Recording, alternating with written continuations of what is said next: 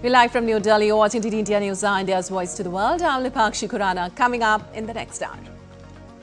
Ukraine claims a massive drone attack on Russian air bases. Moscow calls Ukrainian attacks in 5 regions a terrorist act as both sides gear up for talks in Istanbul today.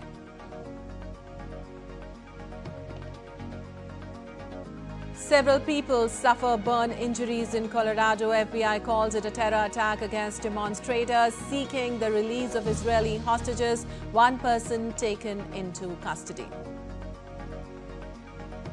India's global outreach and Operation Sindoor continues. All party delegations engage with key figures in multiple nations, highlighting India's continued fight against terrorism. President of Paraguay, Santiago Peña Palacios, arrives in India for the first time. Will hold talks with Prime Minister Modi and to review the entire gamut of bilateral ties. Multiple deaths reported after floods, landslides devastate northeast India's monsoon arrival spells mayhem. Weatherman predicts more thunderstorms and rainfall across Delhi and the national capital region. And in sports, Shreyas Iyer passed Punjab Kings into IPL 2025 finals with statement win against Mumbai in the qualifier too.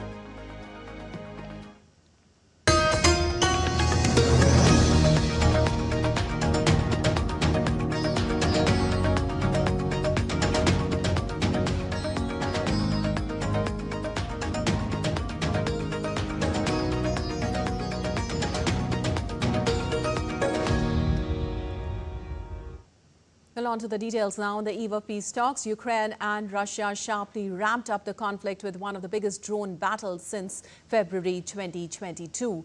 At least 7 people were killed and 69 injured when a highway bridge in Russia's Bryansk region, neighboring Ukraine, was blown up over a passenger train heading to Moscow with 388 people on board.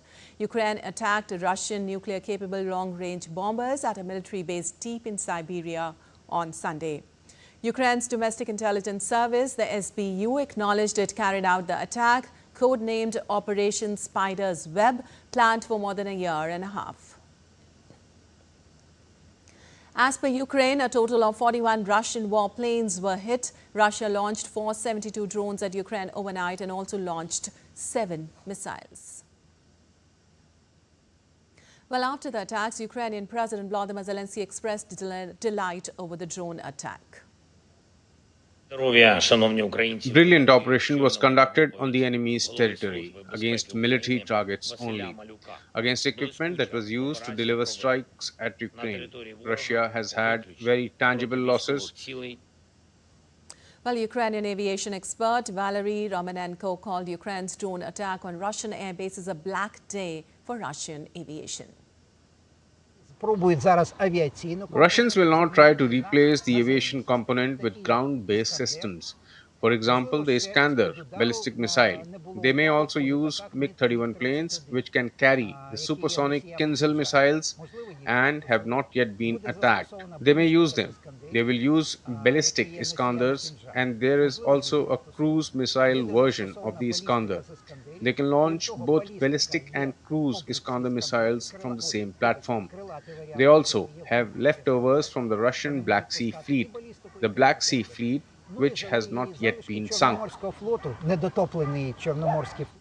Meanwhile, Russian delegation arrived on Sunday evening in Istanbul, Turkey, ahead of a second round of peace talks. Ukraine's Defense Minister Rustem Umerov would meet Russian officials for talks on Monday.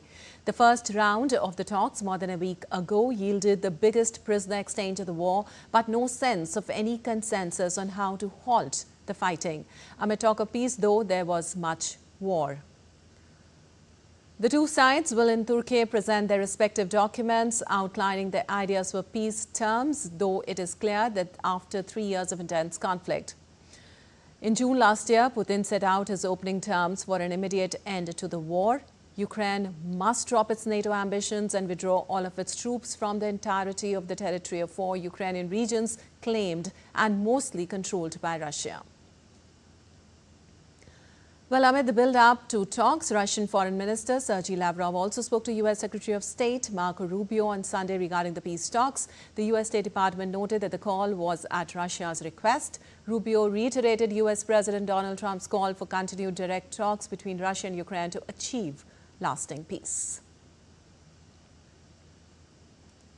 And for more, we have Amritpal Singh joining us on the phone line. Well, Amrit, given the scale of the latest drone and missile exchanges and such intensified military action on the eve of the peace talks, what can we expect and make out of it? The expectations are low from these talks, given that both sides have stepped up the war efforts. Russia, as you said, launched its single biggest drone attacks, over 472 drones on Ukraine, hitting almost all parts of Ukraine. And the Ukrainians responded with what they did, and the kind of bravado being put forward by President Zelensky. So it clearly indicates that both sides are in no mood to step down from the war horse. But they are meeting, so I think what will happen is that they'll put down their, opening demands from each other, but there seems to be no meeting ground really between the two sides. Lipakshi? Right, Amrit. But with such intense military action, like Ukraine claiming to have hit 41 Russian warplanes, Russia launching 470 drones in one night, what is the broader strategic message being sent out by both the countries? The strategic message is what Vladimir Medinsky said after the first round of talks. Remember, he invoked Napoleon Bonaparte and said that war and negotiations should go on hand in hand, that they should go on simultaneously. I think what both sides are trying to do is that they are trying to make as many gains, military gains on the ground, before they are pressurized to cede something on the table. So that is the old military strategy: gain on the ground, then give a bit on the table. Right. So as you mentioned also that these peace talks, you don't expect much out of them considering the ongoing escalations and stark differences in both the sides' stated positions, especially Putin's demand for Ukraine to abandon NATO ambitions. So what can we take out of all this?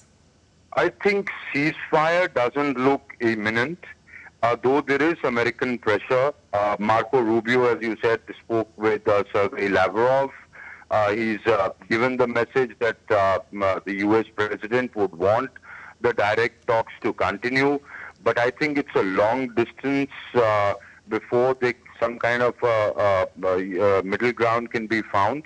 Ceasefire doesn't look imminent. They could meet and talk, but this is even further escalation than in the situation they met a week ago on for the first round of direct talks. So that's what it looks like, and that's where it stands at the moment, Lipakshi. All right, Amrit, thank you so much for all those insights. And moving on, North Korea has lashed out at a UN-backed sanctions monitoring group, calling its report on Pyongyang's military ties with Russia biased and politically driven. The multilateral sanctions monitoring team accused North Korea of fueling Russia-Ukraine conflict by supplying over 20,000 containers of munitions and enabling increased missile strikes. In return, Russia allegedly shared missile technology data. North Korea's foreign ministry rejected the findings, calling the group a Western tool and its probe an outrageous encroachment on national sovereignty. Tensions escalated in April when North Korea confirmed troop deployments to aid Russia under a mutual defense pact. Pyongyang warned of serious consequences if Western powers continue what it calls provocative attempts to undermine its sovereign rights. And a proposal by U.S. President Donald Trump's Middle East envoy Steve Witkoff is being worked out from all sides for ceasefire between Israel and Hamas. In a joint statement, Egypt and Qatar said on Sunday they are continuing efforts to converge views and overcome disagreements to reach a Gaza ceasefire. Hamas also expressed its readiness to immediately start a round of indirect negotiations to reach an agreement on points of contention. Well, also, more than 30 Palestinians were killed and nearly 170 injured on Sunday in South Gaza near a food distribution site as per its health ministry. It also said Israeli soldiers fired on people trying to collect aid and Israel denied it.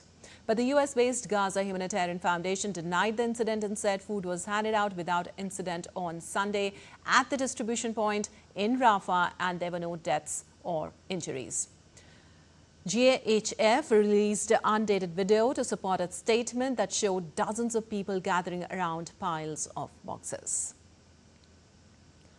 While the Israel Defense Forces released drone footage purportedly showing Hamas gunmen firing at the crowds, asserting that the incident was a deliberate effort to sabotage humanitarian efforts, Israel's military said that findings from an initial inquiry indicated soldiers had not fired on civilians while they were near or within the aid distribution site. And Saudi Arabia's Foreign Minister Prince Faisal bin Farhan Al Saud said the Israeli government's refusal to allow a delegation of Arab ministers into the occupied West Bank showed its extremism and rejection of peace. His statement came during a joint press conference in Amman with counterparts from Jordan, Egypt and Bahrain after they met as part of an Arab contact group that was going to meet Palestinian President Mahmoud Abbas in Ramallah. An Israeli official said the ministers intended to take part in a provocative meeting to discuss promoting the establishment of a Palestinian state. Well, bin Farhan's visit to the West Bank would have marked the first such visit by a top Saudi official in recent memory.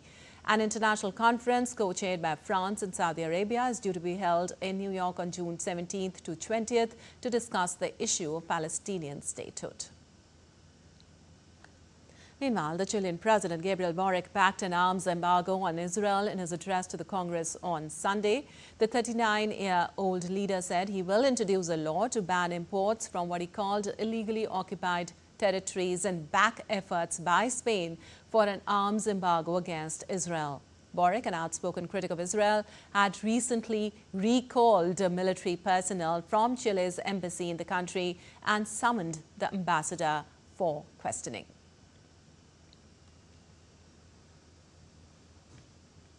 Well, the Shangri-La Dialogue convened defense ministers, military officials, policymakers and strategic experts from around the world. On the final day of the Asia Security Forum, discussions remained focused on emerging security challenges. DD India's Rahul Upadhyay brings us more on this. Shangri-La Dialogue brought together defense ministers, military leaders, policymakers and strategic experts across the globe. On last day of Asia Security Forum, deliberations continued on matters related to developing security challenges. Philippines, which has a territorial dispute with China over parts of the South China Sea, blamed Beijing for deficit of trust for dispute resolution. China has a lot of trust building to do to be an effective negotiating partner in dispute settlement. We have to call a spade a spade. And that's what we see, and that is the biggest stumbling block to dispute resolution or dialogue with China, that deficit of trust.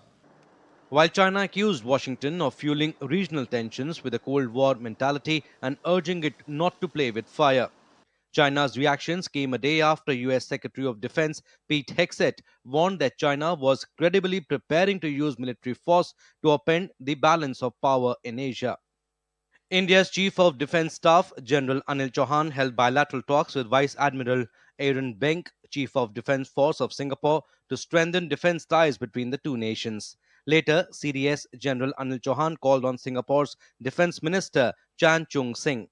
During the meeting, CDS Chauhan apprised the minister of the evolving security landscape in the Indian Ocean region with a specific focus on Operation Sindoor.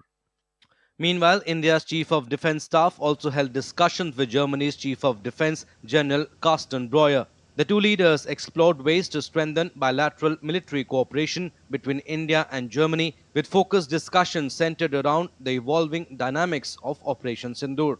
Rahul Upadhyay's report, DD India. And still to come on DD India News Hour. South Korea heads to crucial election amid political turmoil, with youth vote poised to shape outcome. Sudan's new Prime Minister dissolves caretaker government, pledges neutrality amid ongoing conflict. And Bangladesh's chief advisor Yunus to resume reform talks amid criticism over election delays.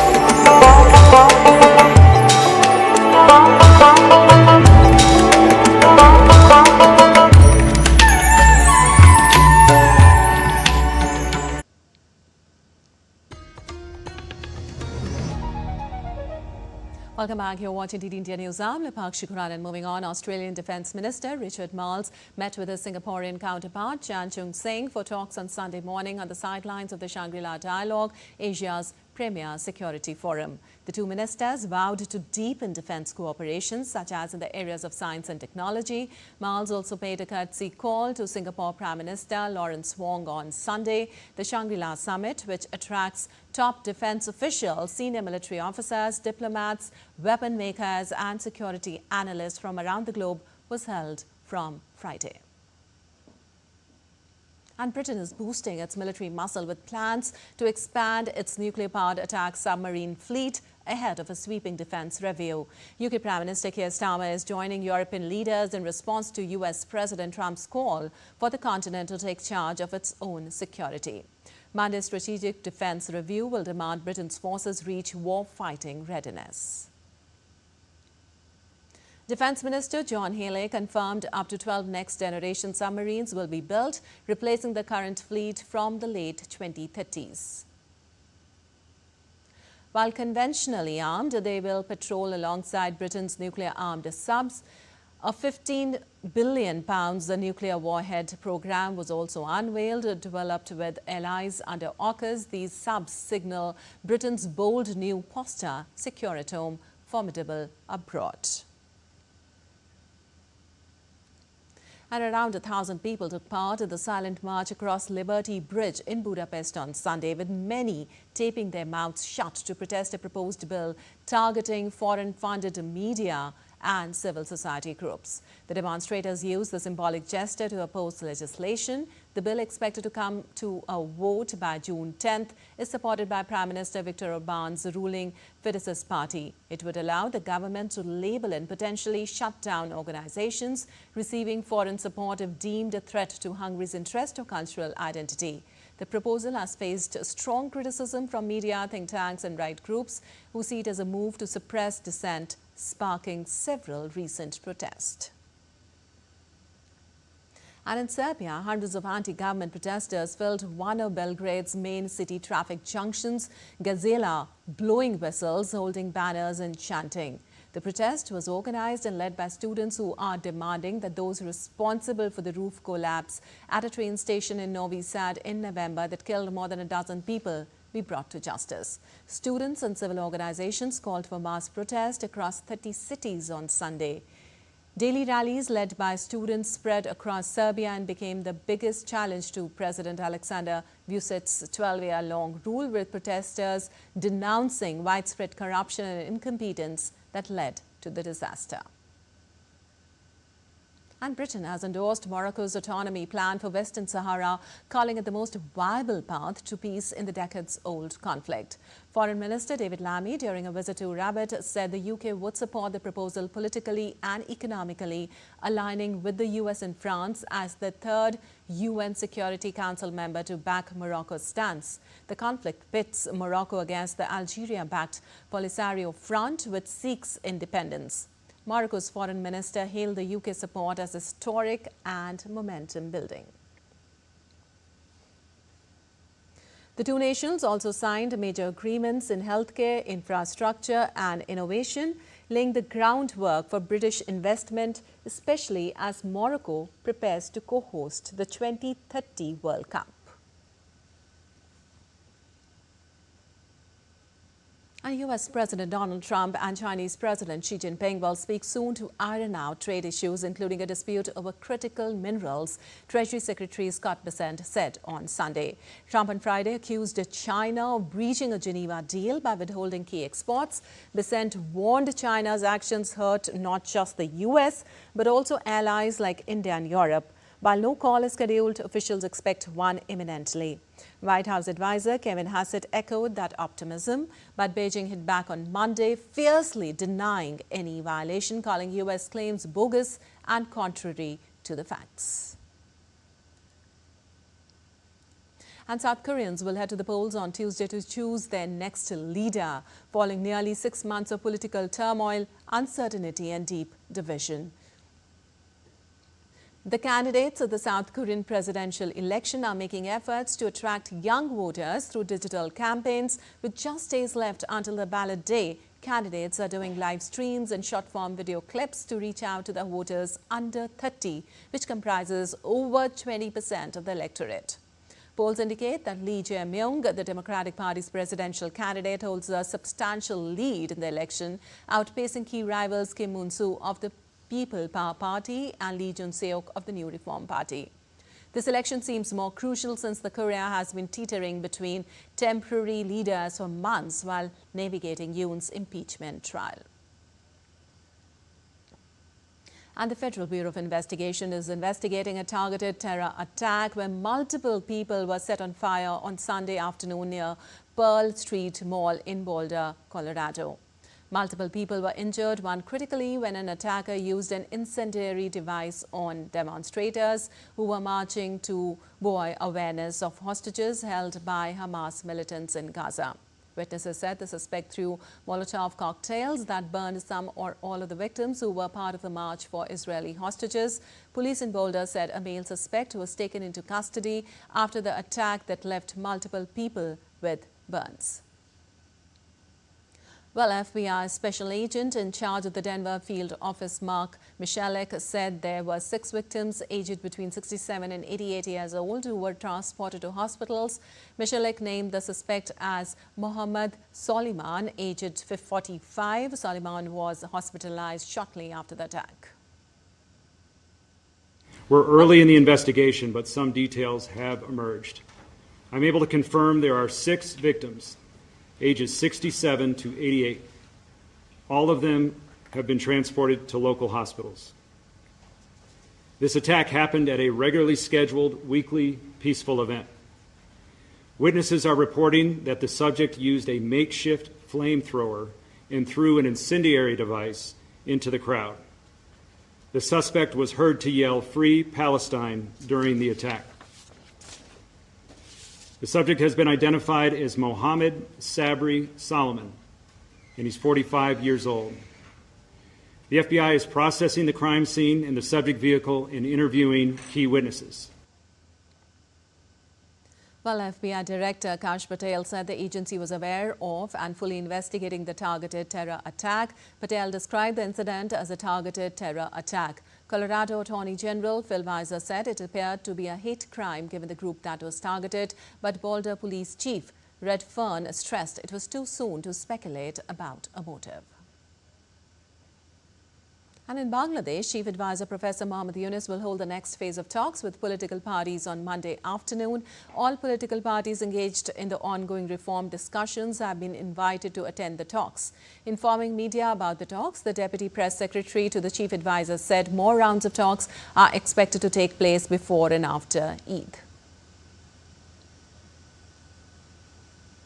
The first round of discussions between political parties and the National Consensus Commissions concluded on May 19th. Early on Sunday, the Bangladesh Nationalist Party leader Salahuddin Ahmed said the interim government led by Dr. Yunus is simply showing banana in the name of reforms while failing to take any concrete steps to ensure elections to be held within December. While speaking at a discussion in Dhaka, Salahuddin criticized the government for repeatedly inaugurating phases of reform discussions without any tangible progress. He also slammed the chief advisor for not delivering on a previous assurance that the election would be held within December.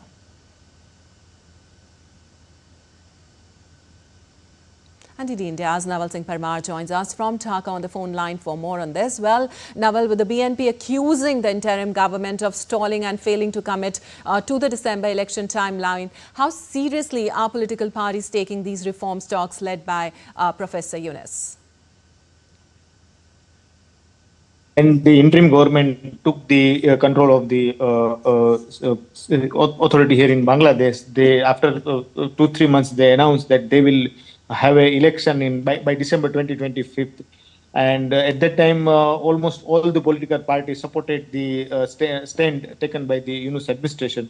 But later on, some of the advisor of Yunus administration, as well as some party who are supporting the Yunus administration, they are making loose statement regarding the 5 years term to Yunus, and the election should take 2 years, like that. So then after BNP becomes suspicious, and they start demanding a clear-cut roadmap for the next election. And since last 2 months, they are repeatedly making statement and making all effort to compel Yunus administration to declare roadmap for the upcoming election. Meanwhile, army also took stand, and they also, army chief Bakaruzzaman also said that this interim government should hold election by December 2025. So election roadmap is a bone of contention between the Yunus administration and the many political parties, not just the BNP, but other political party, including Left Democratic Alliance. They are also in demand that the Yunus administration should declare election roadmap as soon as possible. Reforms is there, but everything can't be done by the interim government. There should be Right. an elected government which can take a policy decision. Interim government is a makeshift arrangement. It is not a permanent thing. Right. So elected government can take a policy decision like humanitarian corridor or handing over of the Chittagong port, like that. Right, Naval Singh, as you said, the contention is definitely there. But what is preventing tangible progress in the dialogue between the National Consensus Commission and the political parties, despite multiple rounds of discussions we've had? Obviously, it is self-interest of the holder. Like some political parties are getting benefit of this interim government. They want time to establish or to expand their organizational structure in Bangladesh. At the same time, BNP and other political parties, they want election because they feel that the elected government can only take this policy decision, and it is people's right to have a election and elected government. So that is the issue, and at the same time, Yunus administration and the people who are in power now, some of them feel that it is easy for them without much responsibility. They are enjoying the fruits of power. That is one angle in that. All right. Thank you so much, Naval Singh, for all those details from Dhaka. And moving on, Sri Lanka's Election Commission has officially announced the names of newly appointed mayors and deputy mayors for various municipal councils across the country.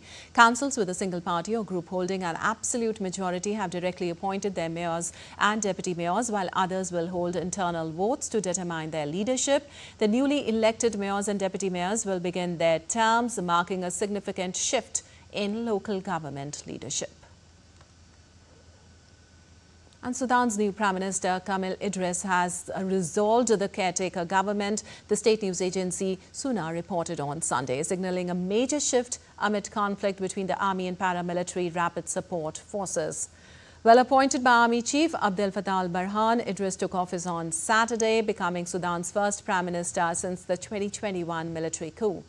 With the RSF threatening to form a rival government, Idris promised neutrality and pledged to prioritize stability, security and rebuilding. The timing for the new government's formation remains unclear, though. And Liberal Warsaw Mayor Rafał Zurokowski declared a premature victory in Poland's election on Sunday after an exit poll showed him with a razor-thin lead. However, the mood among Zhuravsky's supporters shifted from celebration to concern as later polls indicated that the Conservative candidate Kirol Norocki was likely to win. An exit poll by Ipsos for broadcasters TVN, TVP and Polsat showed Zhuravsky of the ruling centrist Civic Coalition winning 50.3% of ballots, whereas Norocki, backed by Nationalist Law and Justice, was at 49.7%. Official results were expected on Monday, with the late poll combining early results and exit surveys to be released overnight, though it has a 2-point margin of error. And speaking at an election night event for his supporters, Zhuravsky vowed to be a president for all Polish people. I will unite, I will build, I will truly be the president of all Polish women and men. I will be a president. We'll make Poland great, prosperous for everyone to embark on this journey to the future. I promise you that. And Romania's defeated far-right candidate George Simeon joined the celebrations after a late poll showed nationalist Kirol Norocki leading the presidential race. Simeon called the result a huge victory for Europe and Christianity. It will be a huge victory for Europe and a huge victory for Christianity. We are very, very delighted that the Polish people didn't believe in the biggest campaign I ever saw of fake news. He was attacked, not only through normal campaign measures, by a whole apparatus coordinated at international level. Karol Nawrocki is a fighter, and he will fight for the Polish people, and we are very proud to stand alongside him. Well, Mexicans turned out to vote on Sunday in Mexico City in the country's first ever judicial elections, part of an overhaul of the nation's judiciary. The vote will elect 2,600 judges and magistrates, including all Supreme Court justices, and is part of a reform pushed by former President Andrés Manuel López Obrador and his protege and successor, Sheinbaum. The Mexican President, Claudia Sheinbaum, also voted on Sunday in Mexico City in the country's first ever judicial elections, part of an overhaul of the nation's judiciary. López Obrador and Sheinbaum say the election will root out corruption in a flawed judiciary and instead allow people to decide who should be a judge. And time now for a short break. And before we go for a break, Prime Minister Modi to deliver keynote address in New Delhi for 81st IATA Summit, showcasing India's rising role in air travel. Aimed at strengthening economic ties between India and France, Commerce and Industry Minister Piyush Goyal begins a 3-day visit to France. And we get to the drastic change in weather phenomena experienced in different parts of the country.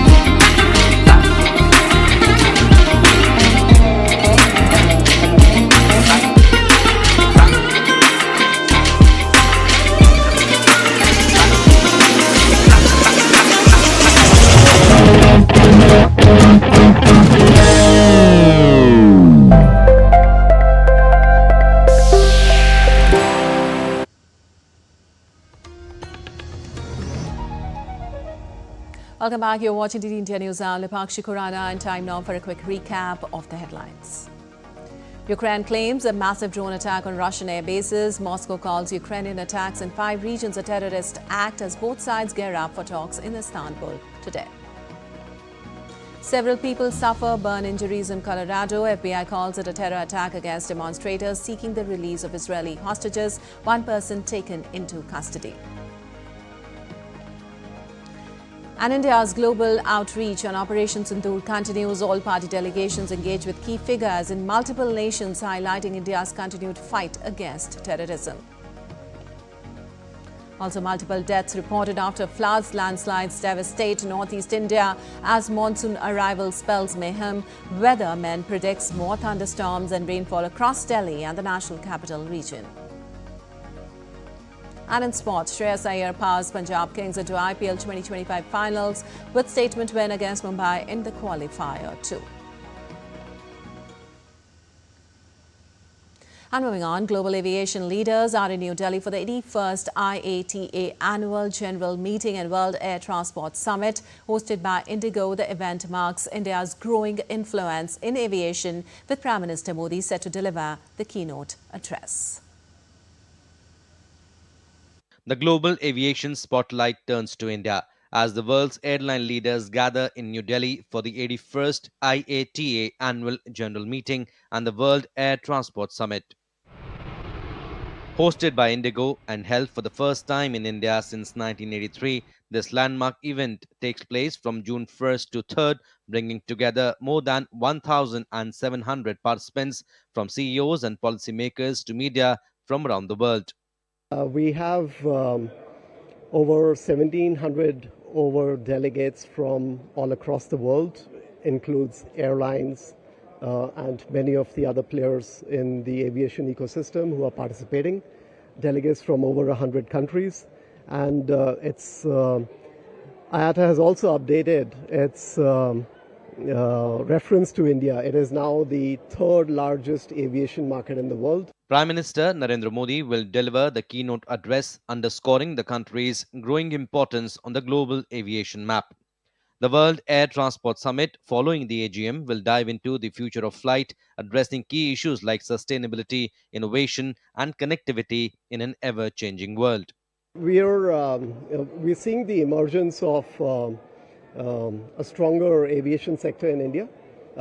As I mentioned, on the back of emergence of stronger airlines within the country, the growth of connectivity, the growth of the network that Indians can connect to the rest of the world, to other parts of the country. All of that is significant, and we are also seeing significant increase in the airport infrastructure as well. India's aviation industry is soaring. It supports nearly 370,000 direct jobs and contributes $5.6 billion to the economy. Add in tourism and indirect impact, and that number climbs to a staggering 7.7 million jobs and $53.6 billion, making up 1.5% of India's GDP. As the global aviation industry charts its own course for the future, all eyes are on New Delhi. With a record partnership and high-level dialogue, India isn't just hosting the conversation, it's helping to lead it. From tradition to transformation, India welcomes the future of aviation here at the Bharat Mandapam. With camera person Anil Thakur, this is Tapush Bhattacharya for TD India from Delhi. And the southwest monsoon's dramatic onset in northeast India has left a trail of destruction, claiming multiple lives and impacting over thousands of people across 5 states. Over the past 3 days, relentless rains have unleashed flash floods and landslides in Assam, Mizoram, Arunachal Pradesh, Manipur and Tripura, collapsing buildings, washing away roads and displacing thousands. The Indian Meteorological Department has issued red alert across the region, warning of further downpours that could intensify the crisis. Well, rescue efforts are being hindered by continuous rain and damaged infrastructure. Meanwhile, the Indian Meteorological Department has forecast continued weather disturbances, including thunderstorms and rainfall across Delhi and the national capital region till Tuesday. Delhi woke up on Monday to partly cloudy skies and a minimum temperature of 27.2 degrees centigrade, just slightly above the seasonal average. This continues a pattern of abnormally mild conditions in May. The capital has so far been spared the intense heat waves typically associated with this time of the year.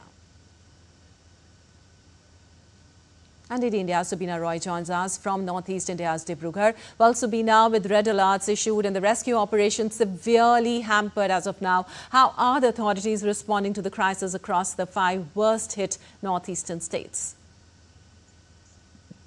A very good morning, Lepashi. The southwest monsoon, the deep depression which occurred over the Bay of Bengal, moved on to the northeastern states to create havoc in the form of heavy to extremely heavy rainfalls, which resulted in landslides. Multiple number of landslides have been reported from across all the northeastern states. Then, when the water comes down the valley, it results in flooding of the rivers. So the water levels have risen in almost 10 major rivers in Assam. Now, talking about the rescue efforts, Lepakshi, it's a multi-pronged approach. The district authorities, NDRF, SDRF, Indian Air Force, Indian Army, this time the Assam Rifles has also moved in. They are all working together in different states to rescue they are helping out in the evacuation process. For example, in Tinsukia district, in the Bomji River, 14 people were stranded at the Bomji River, and the district authorities, along with the Indian Air Force, evacuated around 14 people from Assam-Arunachal border. Now, also, the Assam Rifles have been helping in evacuation operations in Manipur, in Mizoram, and other states as well. The NDRF has rescued till now 417 people. If we talk about Assam, around 20 medical teams have been deployed all across Assam. As over 3.6 lakh people are affected in Assam, it is a 24/7 operations, which are being carried out by the state authorities. Apart from that, the central government has assured full support. Yesterday, the Union Home Minister called up the chief ministers of different states and has assured assistance. And the Assam State Minister Jayanta Malla Borua has also announced rupees 4 lakh compensation to the victims, flood victims. These are the rescue operations which are being carried out. And also yesterday, the Assam CM tweeted people to stay away from inundated areas. As several roadways have been impacted. The national highways have been washed away. Many of the national highways have been impacted by these devastating floods, Lepakshi. Right. Thank you so much, Subina, for all those details from there. And as part of India's continued efforts under Operation Sindoor and in line with India's principled and resolute stance against terrorism, 7 all-party delegations are conveying to the world India's strong message of zero tolerance towards terrorism in all its forms and manifestations. All-party delegation led by Member of Parliament Baidyanath Jay Panda met with Mohammad Kouane, Chairman of the Committee on Foreign Affairs, Cooperation and the National Community Abroad in the Algerian Parliament on Sunday. The delegation discussed the need for strong and determined measures against terrorism. The delegation appreciated Algeria's unwavering pledge for justice. Another all-party parliamentary delegation led by Member of Indian Parliament Ravi Shankar Prasad met with the UK's Shadow Foreign Secretary Preeti Patel and a team to share India's firm resolve in combating cross-border terrorism. They also highlighted how Operation Sindoor exemplifies the new normal set by India in this ongoing effort.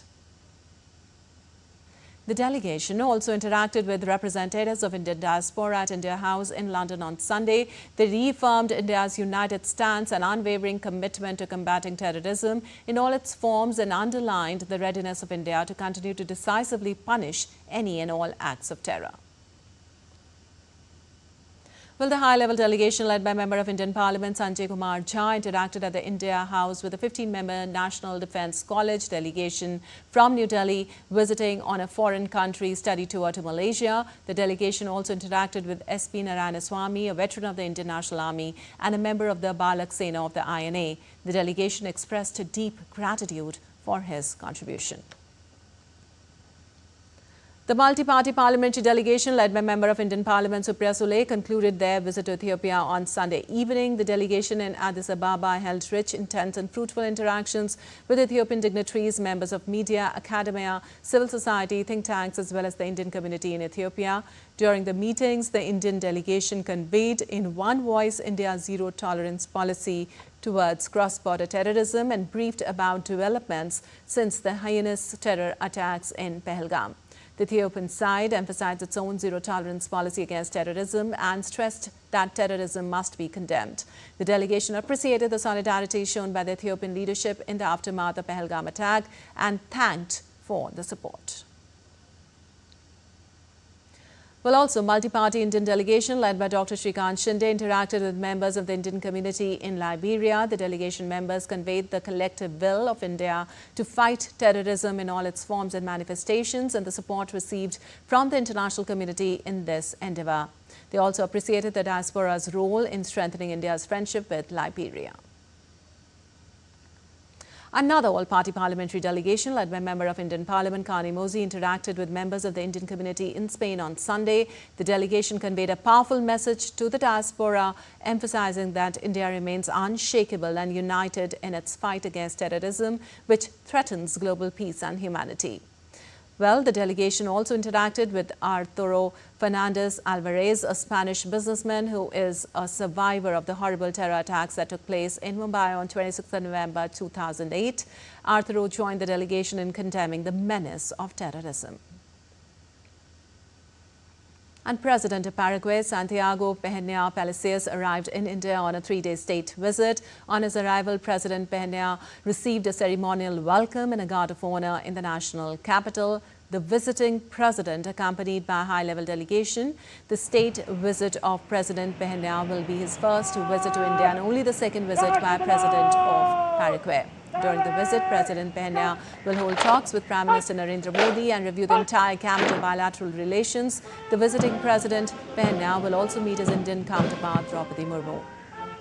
The state visit of President Peña will provide an opportunity for the leaders to undertake a comprehensive review of bilateral ties as well as to discuss regional and international issues of mutual interest.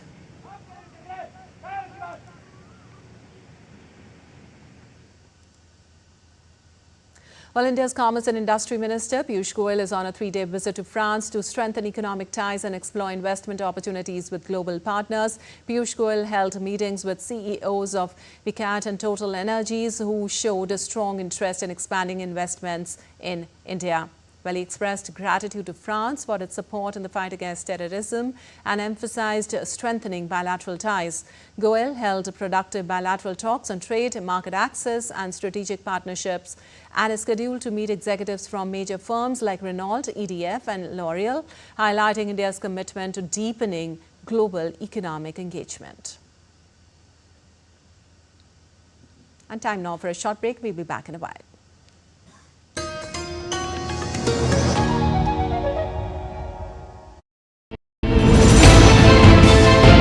Geopolitics and trade deals. Economic challenges amid development. Hard work and the path to prosperity. It's the economy always.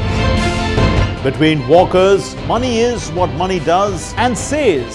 Supply creates its own demand. Between the bulls pulls and bears tears.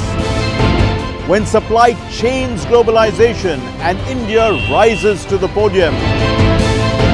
We'll get you centered with the Economic Brief at 8 p.m. every Thursday on DD India.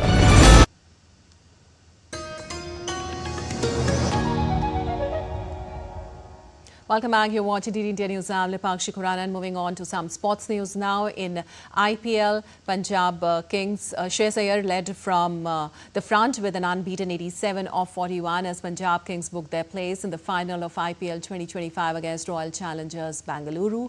Punjab, in fact, chased down 204 with an over to spare in the qualifier 2 against Mumbai. Josh Inglis laid the foundation with a whirlwind 21 ball 38, smashing 20 off and over from Jasprit Bumrah. Meanwhile, Nehal Vadhera also hit 48 during his 84-run stand with Shreyas. Earlier, Tilak Verma and Suryakumar Yadav played crucial knocks of 44 apiece as Mumbai posted 203 for 6 and 20 overs. Namandir's 37 off 18 balls towards the end played a huge role in helping Mumbai to go past the 200-run mark. This also marks the first time Mumbai Indians have not been able to defend a score of 200 plus.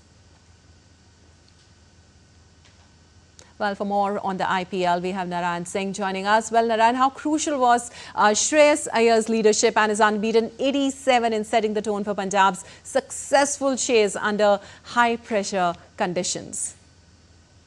Nipakshi, as you mentioned, the name of Suresh Iyer, we can say that his innings will go down in the history of the IPL. The one of the best innings, the one-man army, and we can say that the kind of courage he displayed here, it will be remembered forever because the courage of a man makes majority. Here he has shown that if I think anybody who is facing adversity in life, who is surrounded by the problems, I think he should take a lesson from Shreyash Iyer. Last year, he helped KKR to win the IPL trophy, but he didn't got the credit for that winning campaign. Gautam Gambhir got all the credit. Then he left the throne at the KKR and went to a new franchisee who never won an IPL trophy. And he told the world that I will help the Punjab Kings to win the trophy, and he became he is on the verge of the first captain to win two IPL trophy with the two different franchisees. So Right. it's not about the hitting a match-winning knock, but also the 8 sixes he hit. At one point in time, it was looking like that it was not possible for the Punjab to chase the title because in the qualifier one, they lost the match against RCB and they were all out for 101. At that point in time, he said that they have lost the battle, not the war. And he led by the example, and he showed here that what kind of captain, what kind of confidence he brings on the table. And in the 13th over, he smacked Reece Topley for 3 consecutive sixes, and that helped them to down the required run rate. And after that, also we can say that induces the confidence in his teammates, the way Josh Inglis played and the way Nehal Wadera played, the way they handled the Jasprit Bumrah. We know that it is difficult to we can say that hit the big boundaries to Jasprit Bumrah, but the way Josh Inglis just smashed 20 runs in the single over of Jasprit Bumrah, that set the tone for the Punjab Kings. And definitely it's going to be an interesting final between the RCB and between the Punjab Kings. Right. And also, given that this is the first time Mumbai Indians failed to defend the 200-plus total, what tactical errors or bowling lapses stood out the most during their defense? Talking about the way the things panned out here, we know that chasing a 200-plus target in a playoff always going to be difficult for any team. But here, it's not about doing the mistakes. They did everything well, but we know that the T20 cricket is all about the game of the strike rates. If you take a look, the strike rate of Shreyash Iyer is around 212, and whereas the strike rate of the players who scored runs for the Mumbai Indians, Surya Kumar Yadav, Tilak Verma, their strike rate is around 150 and 160. So in T20 cricket, the averages doesn't matter. The things that matter is your strike rate. Exactly the thing that Punjab's King did, that they never let the pressure come on them, and they tried to ease the pressure by hitting the boundaries at the right juncture of the tournament.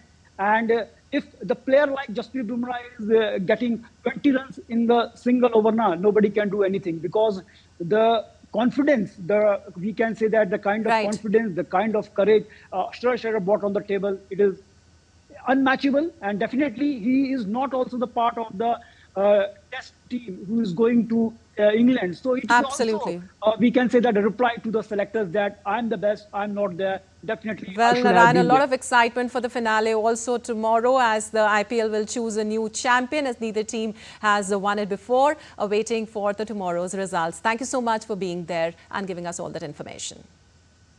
And world champion D. Gukesh secured a statement victory in the 6th round of Norway chess, defeating former world champion Magnus Carlsen in classical time control for the first time in his career. The Indian teenager was playing with the white pieces. He held firm under pressure and capitalized on a rare blunder by the Norwegian grandmaster in the endgame, converting it into a memorable win. Carlsen appeared to have the upper hand for much of the game, pressing from a superior position. But Gukesh defended with composure before turning the game on its head with a precise counter-attack as Carlsen faltered under the tournament's increment time control designed to resemble rapid play. The score between Gukesh and Carlsen in the tournament is now 1-1.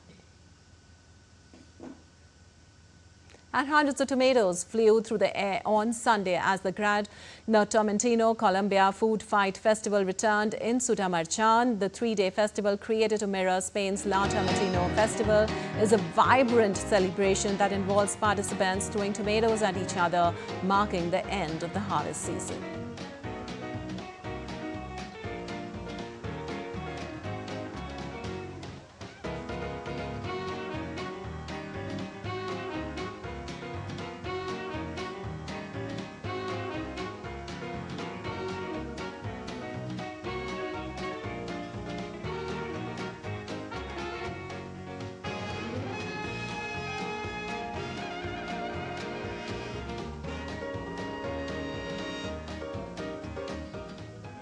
All right, that's all for this edition of DD India News Hour, but let us know your thoughts on the day. For those on the go, you can get all the latest news and updates from India and across the world on the DD India mobile app. The app is available on both Android and iOS platforms. Scan the QR code on the screen to download now.